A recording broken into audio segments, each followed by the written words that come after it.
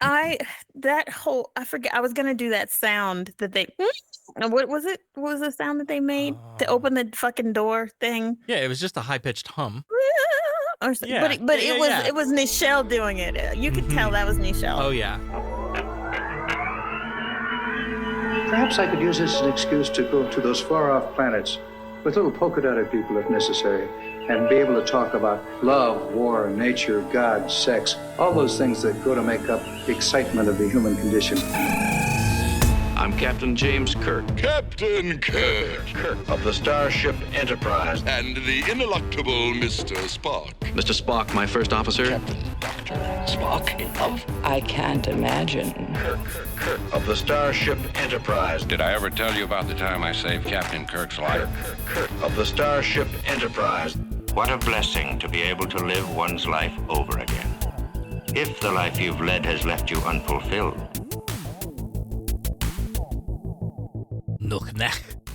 And welcome to Humanist Trek. It's a Star Trek podcast about the humanism in Star Trek. I'm Sarah Ray. And I'm Allie Ashmead. And we do now have a recap of our time at RetroMania. This isn't podcast magic now where we're just making shit up. We actually had a wonderful time, and we thought we'd tell you a little bit about it here before we get into this episode. Yeah, it was a lot of fun. It was not as busy as it was last year. It was very slow. So if you would all go to humanisttrek.com and click the merch link and buy some shit, that'd be great. I don't think we made our table feedback. We did not make our table feedback because we spent it on fucking tattoos. So we get there, set up our table, and we're next to a wonderful lady that we met. Her name is Linnea Tanner. She's a writer. I think she writes, fantasy sort of and genre, and we made friends. But then next to her, I'm like, oh my God, are they setting up a tattoo table? And I'm like, that's such a great idea.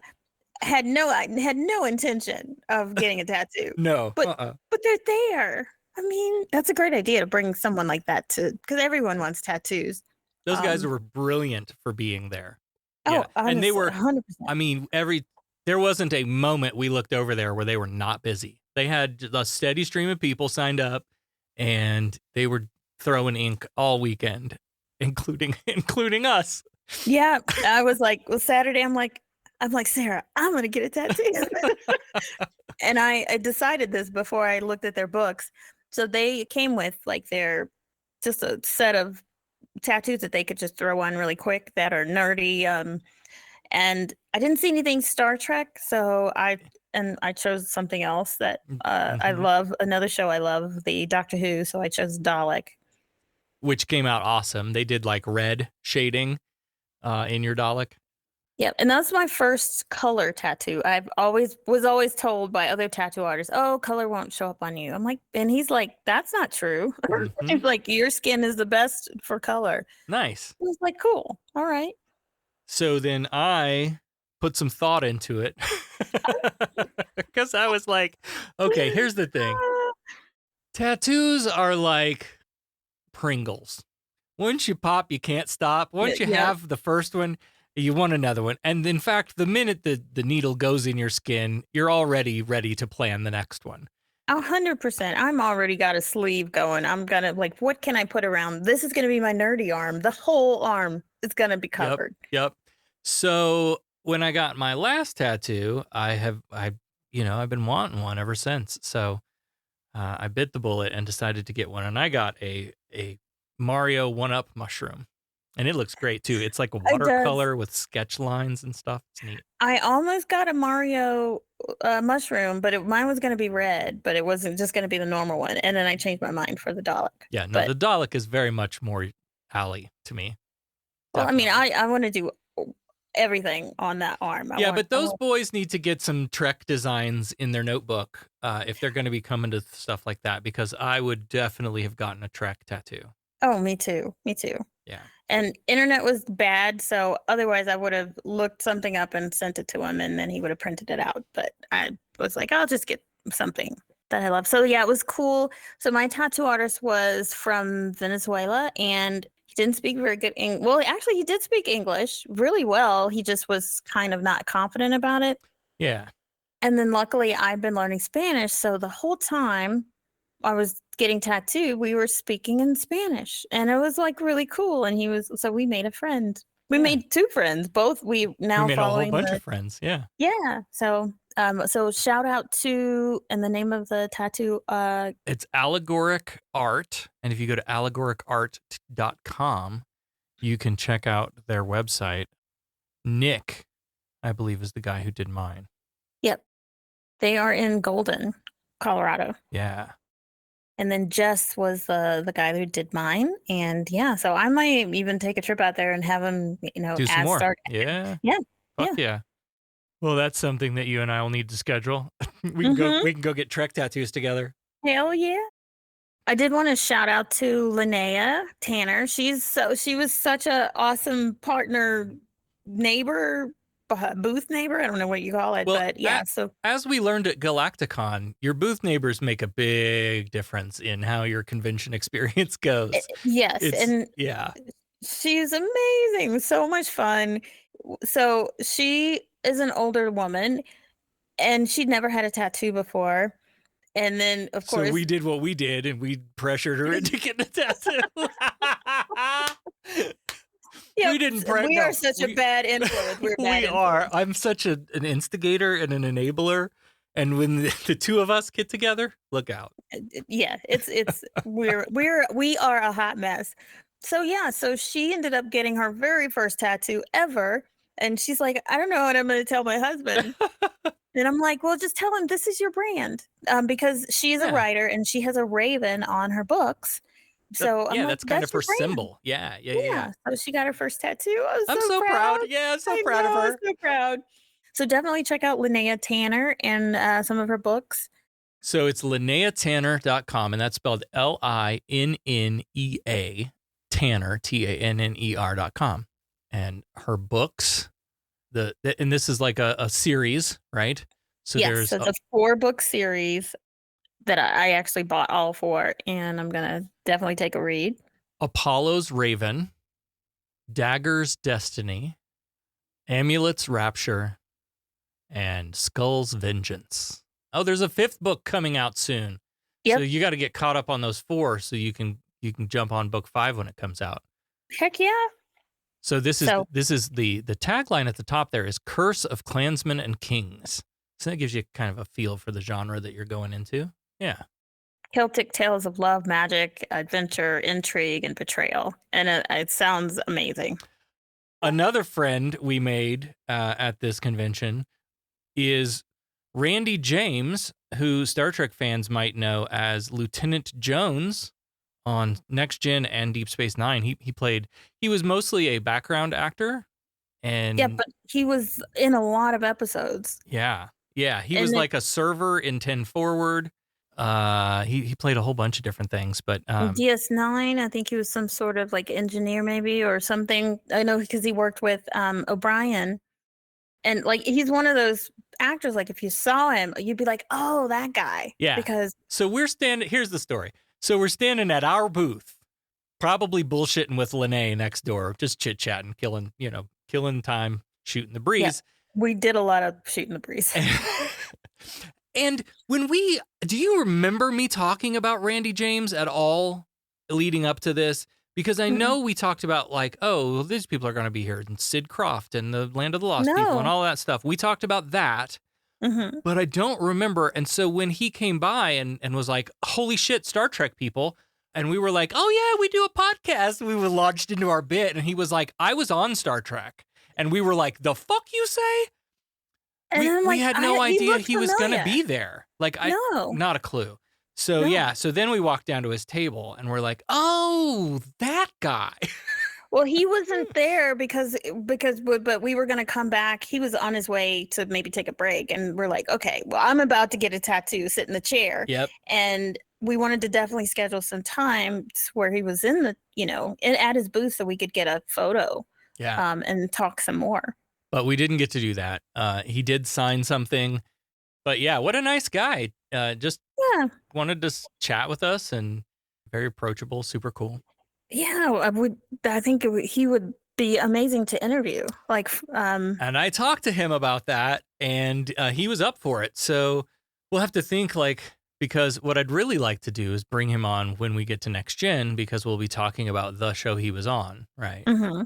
So that maybe we'll do that, Yeah, absolutely.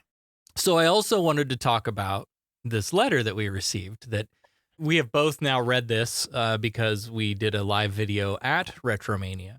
This is from Lewis. Hello, Sarah and Allie. My partner Noah and myself met you over in RetroMania at Aurora, Colorado over a year ago, and I just want to thank you for making this show. I'm an author who never had the opportunity to watch Star Trek as a child, but listening to this show as I go through the episodes has really helped contextualize a lot of what makes this series special. The humanist examination of Star Trek through y'all's show has been really awesome and is, not gonna lie, influencing me as I write my own queer-focused fiction. Thank you for taking the time to read this, and I'm so excited for the next episode. Thank you, Luis. Woo, woo. That's amazing. That's like the best letter that anyone could get. Because Yeah. I mean, we do this stuff for fun, and we hope someone listens or gets something out of it. Right. We can see that 13 of you are out there, but if we don't hear from you, we don't know what that means. Yeah. So, yeah. Thank you for your feedback, and I'm just loving this. This is amazing. We just can't believe that you are out there listening to us do this thing that we do and getting something from it. That's great. We love this. We love Star Trek, like, obviously, and it's important to us. So we love talking about it. And if someone can get something from that, then hey, yeah, mission accomplished. Mission accomplished. Unfurl the banner, George. Mission accomplished. And how interesting that this letter came in like a week before RetroMania this year. Yeah. So a year from our first meeting. That's really cool. Yeah. We're also scheduled to be at Fort Collins Comic-Con coming up in August, I think, or September. We'll get you the dates to that at some point. We're currently in talks to figure out where we're going to be set up and how we're going to be set up. And we may do a live show there. We may do a panel. We're not really sure yet, but stay tuned for all of that. Finally, Allie, I wanted to ask how your dating life is going. Are you attracting men in any particular way? No.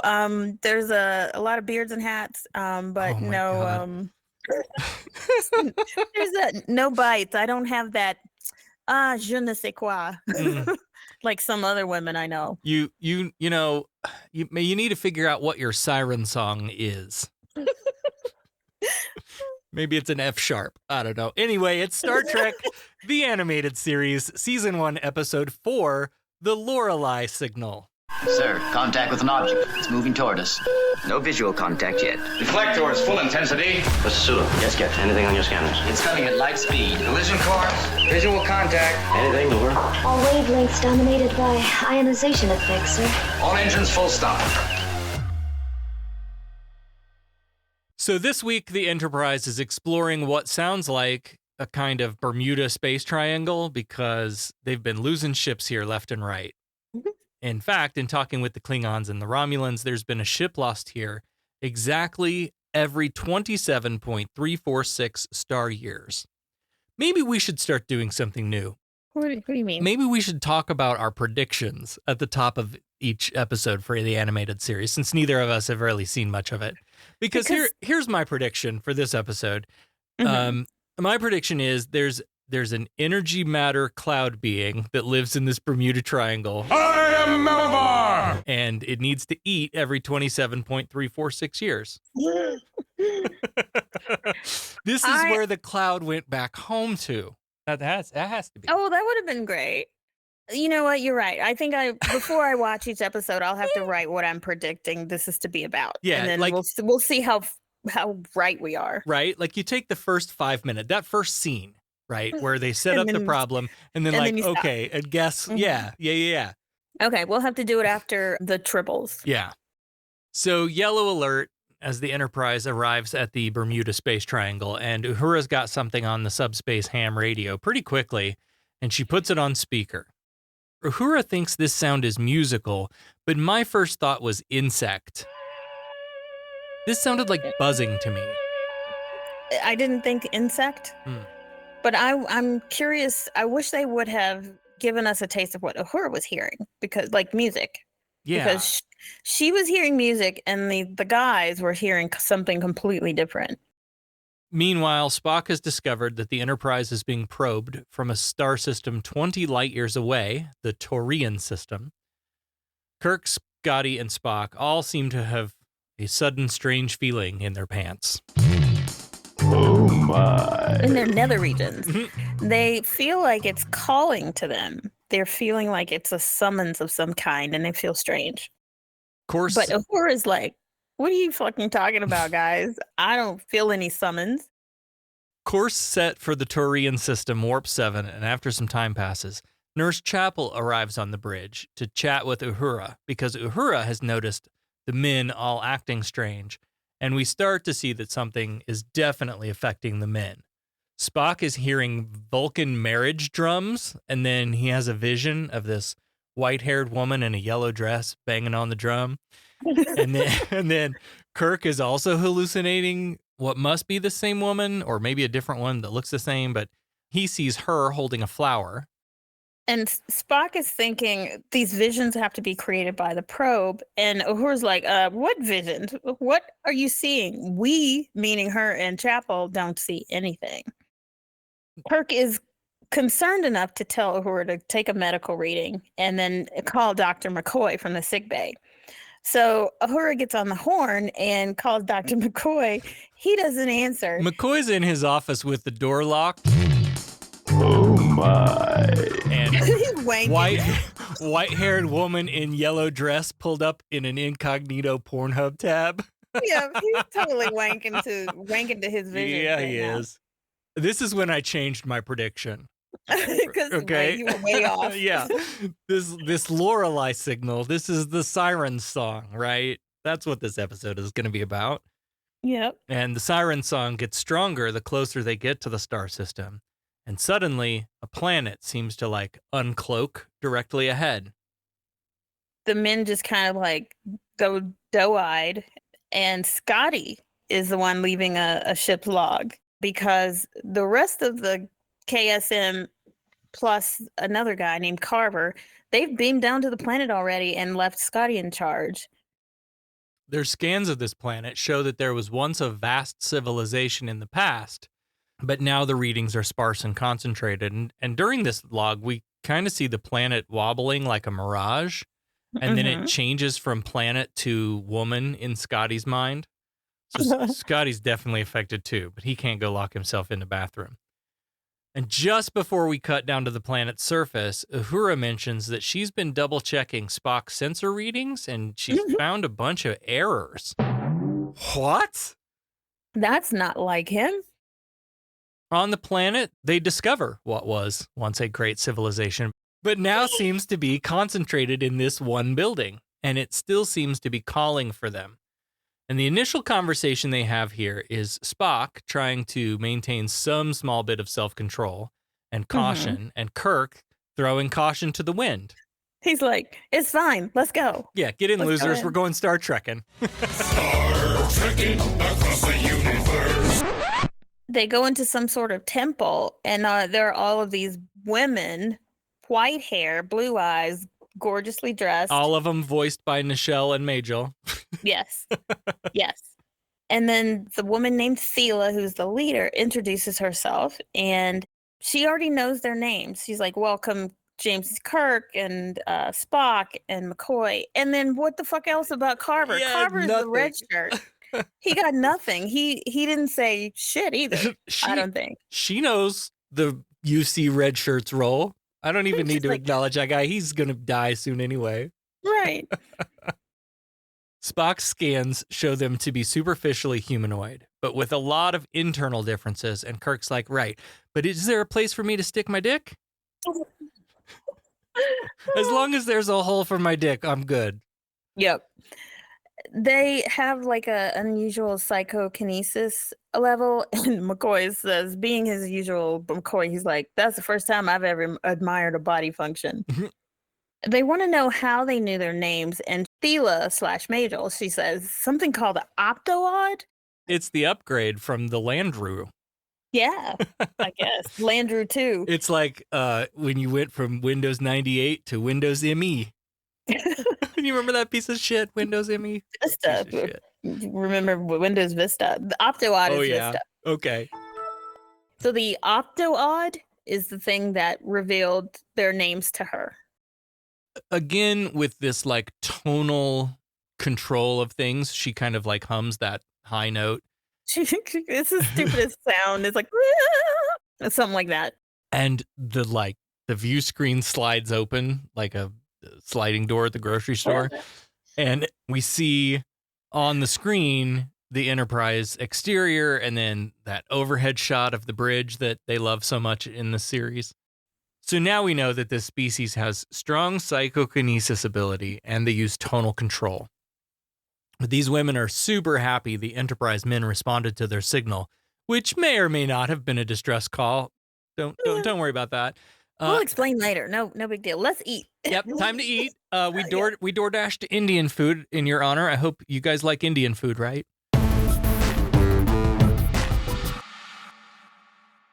The captain's log back from commercial really underscores how Kirk's mental clarity is being affected here. He talks about the beauty of this place, the answer to all a man's dreams, and he just kind of staggers and stumbles through this captain's log. On the planet, we're back in that bar where the Orion slave girl was dancing. Remember that episode where Scotty was on a murder trial or something? They're sitting on rugs or pillows and just lounging around and being entertained by the women. And McCoy asks the question, where are the men, though? Thela's like, they're around, you know. Yeah, they're in another compound. And Kirk's like, yeah, that makes sense. So easy. Is he thinking that the women have a kind of power over men and so it makes sense to keep them separated? You gotta keep them separated. Or they're just so beautiful, you know. Yeah, is this there would be sexual chaos? Or is this just daydreamy Kirk being agreeable because he's sniffing their pheromones or whatever? Speaking of things that don't make a lot of sense, a woman calls out Spock's name, and as he stands up, she tosses something at him, and it just hits him in the chest because he can't catch a ball for shit. I need the flashback to Spock's youth where he's got his ball glove and he's like begging Sarek to go out in the yard and play catch with him. He doesn't. And Sarek's like, baseball is an illogical Earth tradition that serves no useful purpose. Boy, throw that ball in the trash and never look back.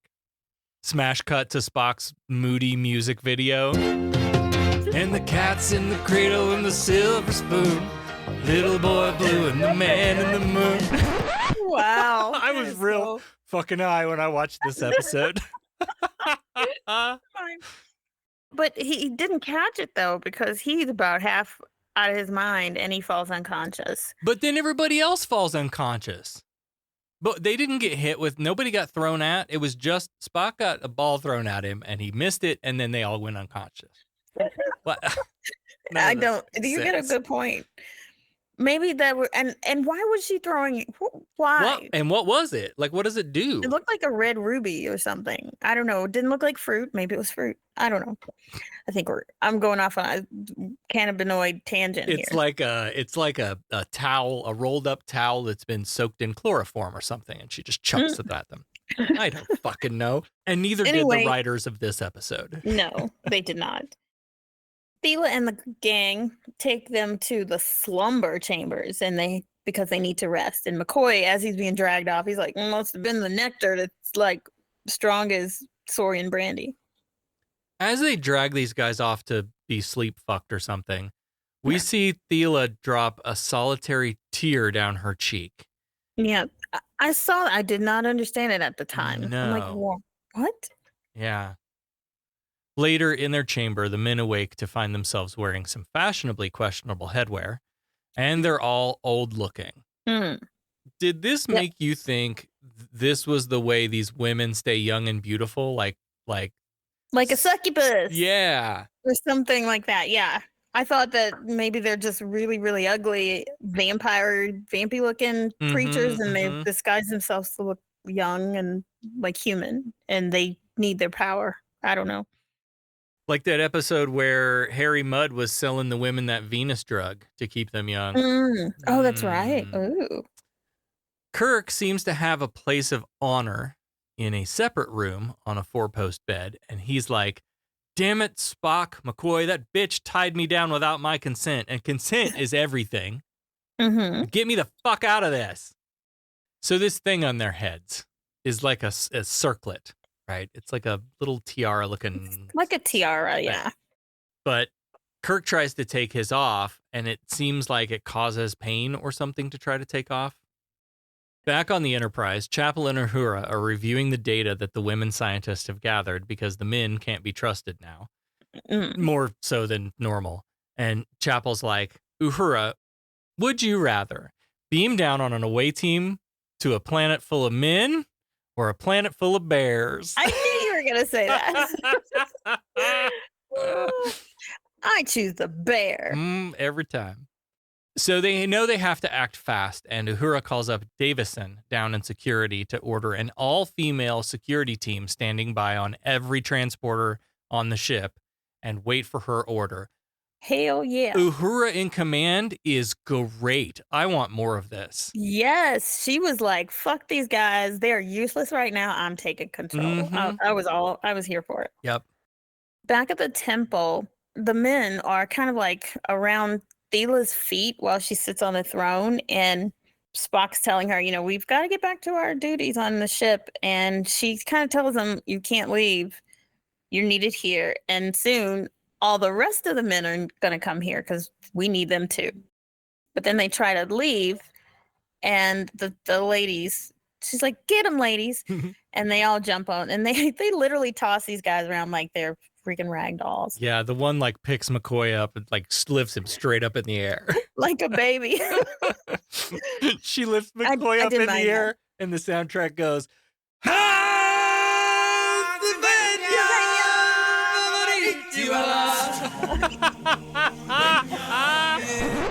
my God. Oh, God. Becca's out there right now going, what the fuck, you guys? Were you guys watching Lion King? Back on the Enterprise, Scotty is singing a melancholic tune in the captain's chair. I'll take you home, Kathleen. He's got a beautiful voice, and it was sort of some sort of like Welsh, but I don't know. He's 3 sheets to the wind. Uhura rocks up and basically tells him he's relieved of command. And she like flips a button on the armrest and records a log and kicks him out. And like, she promotes Chapel to acting chief medical officer. Hell yeah. This is the new buddy comedy I want. I want Captain Uhura and Chapel on adventures. That's what I want. Me too. That would have been so awesome. Right? Back at the temple, the guys are just kind of figuring out, they've been recaptured basically, and they're looking at they've taken their equipment, and McCoy still has his med kit, and they think maybe they didn't see it as a danger. But McCoy fishes around in his med kit and finds something called cortropine, which is a stimulant, which I didn't know if they were going to give it to themselves or the ladies. Did they do anything with that? Oh, they all hit those uppers. Oh, did they? Okay. Oh, yeah. So it was for them. They're going to do some stimulants, and then they're going to break out of jail. And even with the stimulants, they can't get the door open. It's magnetically locked. So Spock uses the little medical scanner to disrupt the field. But just as they go through that door, Thiela comes into the room through a different door and sounds the alarm. She's like, shit, they're gone. This is another great scene where we see our heroes in shadow running comedically across the terrain. I like that. They did that same effect in Yesteryear when young Spock was running across the desert. Yeah. Yeah. It's a thematic choice for sure. And I like it. It's cool, yeah. The men climb into this thing that Kirk calls an urn. I thought it looked more like some kind of like rock or plant structure or something. Yeah, I thought it was some sort of natural structure because it had even though it had an inside, it looked like there were vines growing up the side. And it looked like a pitcher plant or something.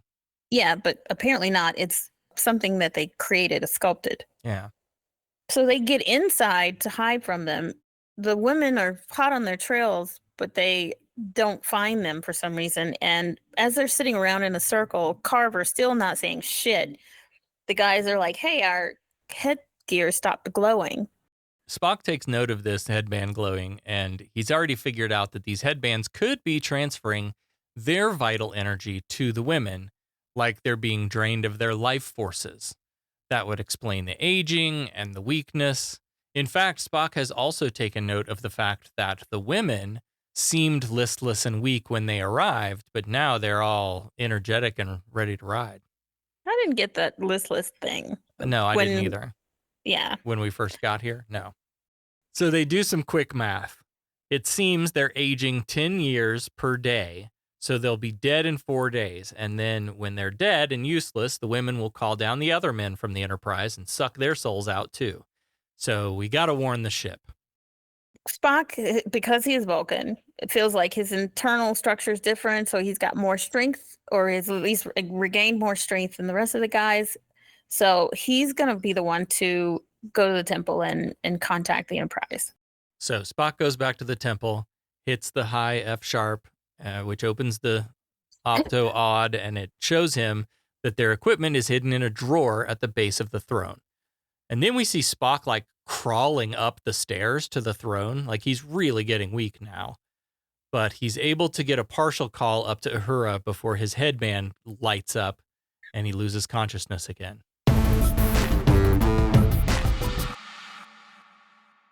So back on the ship, Uhura is in command, and she's got an all-female security rescue party in accordance with what Spock requested. And so they go ahead and beam down, and they're met with Thela and the gang. And Uhura introduces herself, and I was like screaming at the TV because she's like Lieutenant Uhura of the Starship Enterprise. I mean, she's like in fucking command, looking for Captain Kirk. And Thela's like, just go back to your ship. You're not wanted here.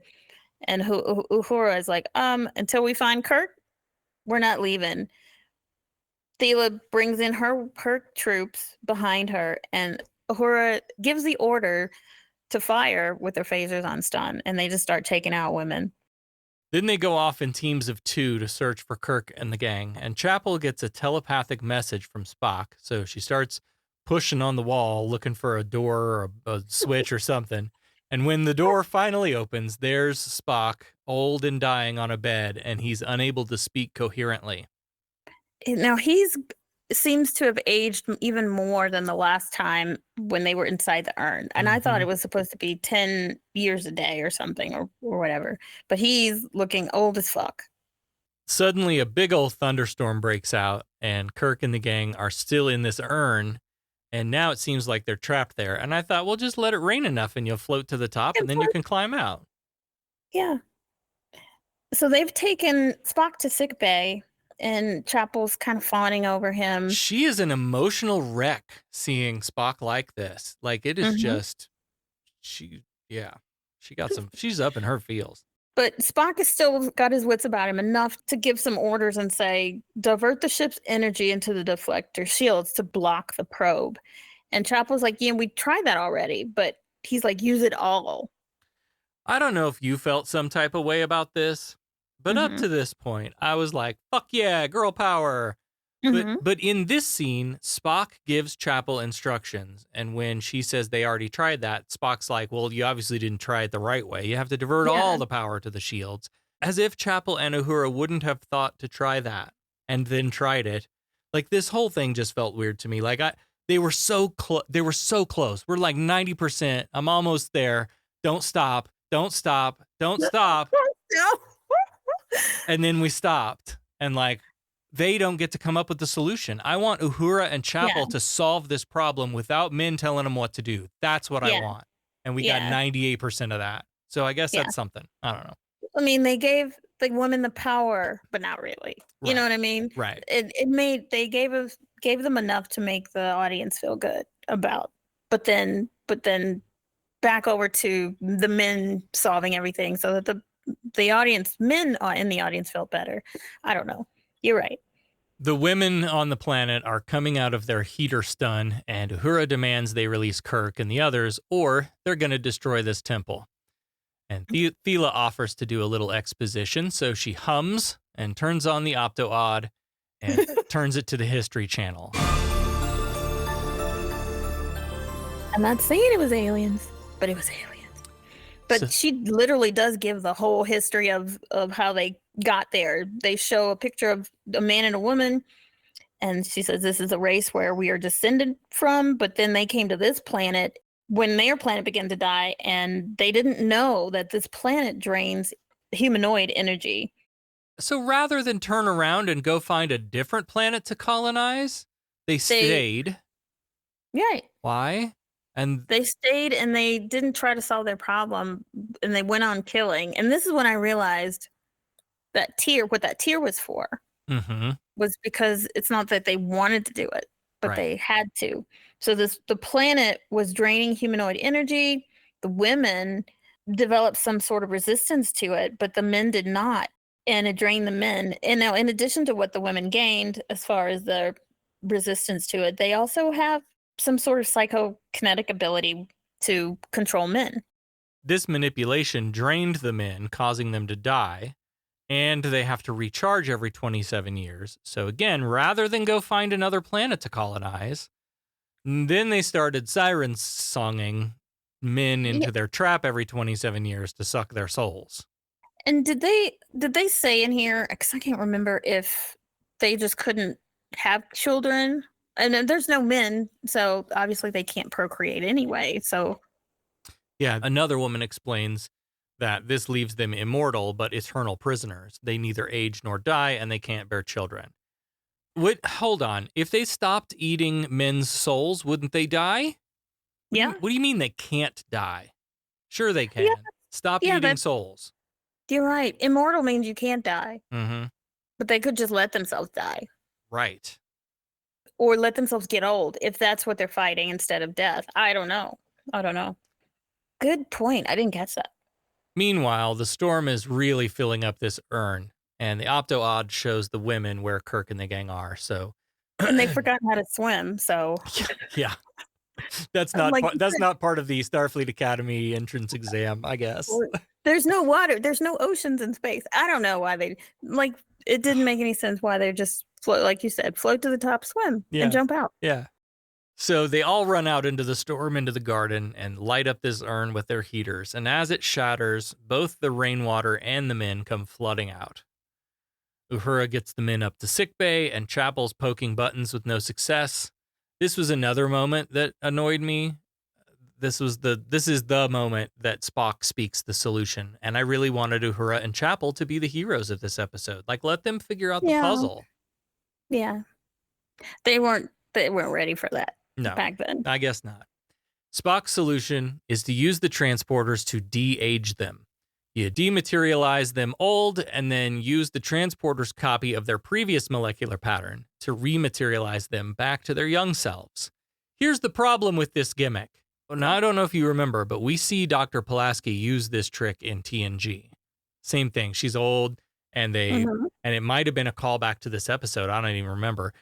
But if this is a technological possibility, then couldn't they just constantly revert back? Like, anytime you go on an away team, we just beam you back and apply the pattern from when you your left. Injuries are gone. Yeah. And everything. But no. Kirk fucks an Orion and picks up a new STD. Just load the old pattern into the transporter and it's gone. And filter it out. Yeah, why don't we do this all the time? And also, there was another episode, remember, where they all got older. Why didn't they do that then?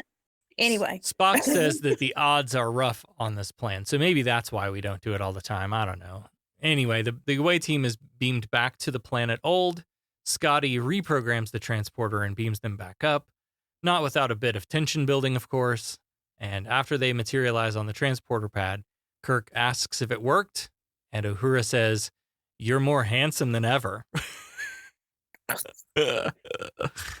Again, 98%. We were 98% where I wanted to be in this episode. It was very close, but there were moments like this. At least we get some closure this week, rather than warping away and never thinking about these women again. Thela destroys the transmitter, as Uhura promises to send a ship crewed by women to relocate them to a planet where they can survive. And Thela seems to be looking forward to this new mortal life, a life of hope, new learning, perhaps love. Oh, it is a much better future than immortality. Boy, I'm sure glad that's over with. I'm happy the affair is over. Me too. A most annoying, emotional episode. Yeah, but you know, I learned something today. When dreams become more important than reality, you give up travel, building, creating. One jealous god, if all this makes a god. By sparing your helpless enemy, who surely would have destroyed you, you demonstrated the advanced trait of mercy. Frankly, I was rather dismayed by your use of the term half-breed. You must admit, it is an unsophisticated expression.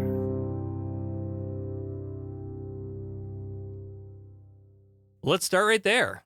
This is the why would you want heaven to be real thing, right? Like to spend an eternity doing anything, much less worshiping some god, but like to spend eternity, like just because you don't want to die. Look, I'm only 45 and there are days when I'm like, this has got to be over soon, right? I just think every day is a day closer to death. Yeah. And you know what I mean? It is, to be honest. And one of these days I am going to want the sweet release.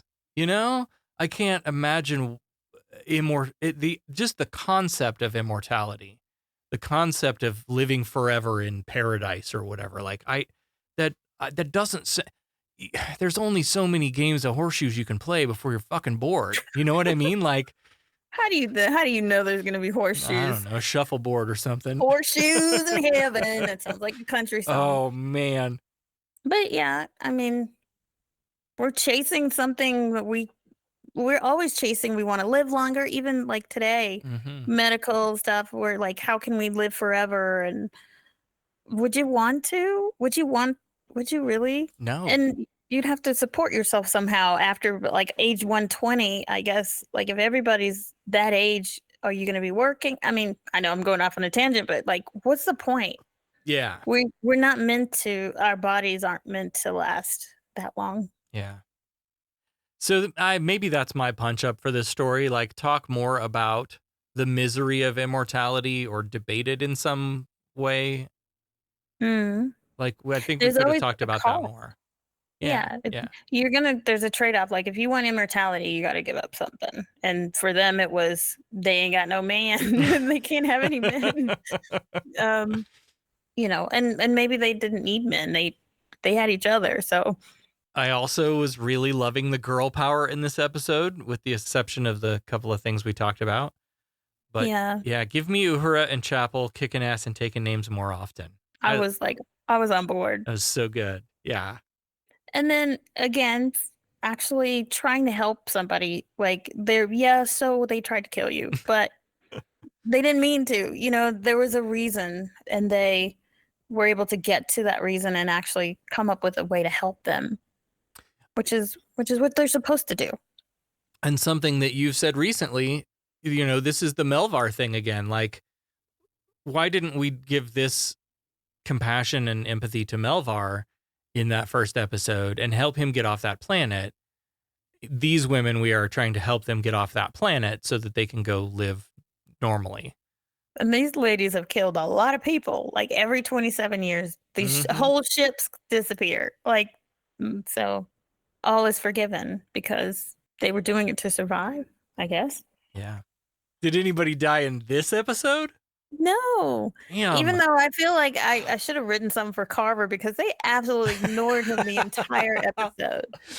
He was just there. He was just there. Yeah, he didn't speak or no. They didn't even say his name. But after they got to the planet, didn't even say his name. I had to rewind to check to see if he was actually still in the urn. I was like, maybe they killed him. But no, he was there. He just didn't say anything. Oh my gosh, that's funny. Let's get right to business. Fine, I'm authorized to pay an equitable price. Federation has invested a great deal of money in our training. They're about due for a small return. Listen, we pay off percentages. We're entitled to a little service for our money, huh? Is this the way your citizens do business? Their right of petition? They pay their percentages and the boss takes care of them. Is there anything else? All right, so we want to thank all of our patrons. We especially want to thank our founding admirals, Russell, Allie, Peter, Sarah, and Sherry. And this week, we also want to welcome a new patron to our crew. Welcome aboard, Bruce. Lieutenant Bruce. Welcome, Bruce. Bruce. Bruce has been very active with us on social media, which we appreciate. We love hearing from people and talking about Trek. So thanks for supporting the show. We appreciate it.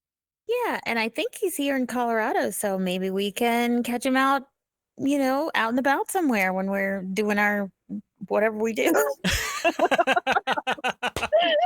Yeah, come see us at Fort Collins in the fall. We're going to be doing a thing then, and come hike with us. I don't know if he's a hiking dude or not, but we do lots of hiking. Yeah, definitely. We could just do a weekend where we just hike, which is what we like to do. Hell yeah. Listeners of Humanist Trek at Tanagra, the podcast, it's humor in laughter. Dathon on the Patreon Sea. Shaka, when the reviews fell. Kahlo, his pledge at Patreon. Humanist Trek, their content wide. Darmok and Jalad at Patreon. Pledge with arms wide. Mirab, with your support, your laughter, Temba, his arms open. Patreon.com/humanisttrek, where laughter flows. So Koth, in joyous unity. I assume you're loitering around here to learn what efficiency rating I plan to give your cadets. Trainees, to the briefing room. Is that all you gotta say? What about my performance? Aren't you dead? I don't believe this was a fair test of my command abilities. There was no way to win. There's no correct resolution. It's a test of character. Now, what is that supposed to mean? I am understandably curious. May I ask you a question? Who's been holding up the damn elevator? Becca is back with us now to reveal the answer to this week's Starfleet Academy Cadet Challenge for the Lorelei signal. Remind us first the question. This is the first of only 2 times in any Star Trek incarnation where we see what happened. We said in agreement, Uhura in charge. The answer is Lieutenant Uhura assumes command of the Enterprise. Correct. Hell yeah. Yep, we'll take those points. Okay. Next time, we'll be watching Season 1, Episode 5, More Tribbles, More Troubles. Cyrano Jones introduces tribbles that cannot reproduce. So we're revisiting the world of the tribbles. What is our question for More Tribbles, More Troubles?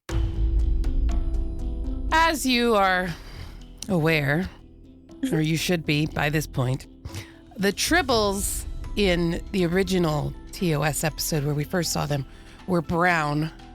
There's a long-standing urban legend explaining that the tribbles are colored pink in this episode because director Hal Sutherland was colorblind. However, this is not the real reason. What was the actual reason behind changing the color?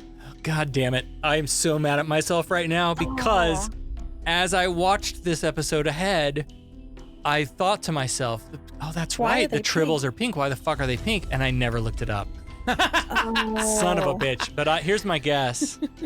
I think that the one of two things. The brown either was not visible enough, was too blendy-inny to the cells, and they wanted them to stand out more, or because it's a children's, if we were aiming this at a children's audience, that we want bright colors to draw them in.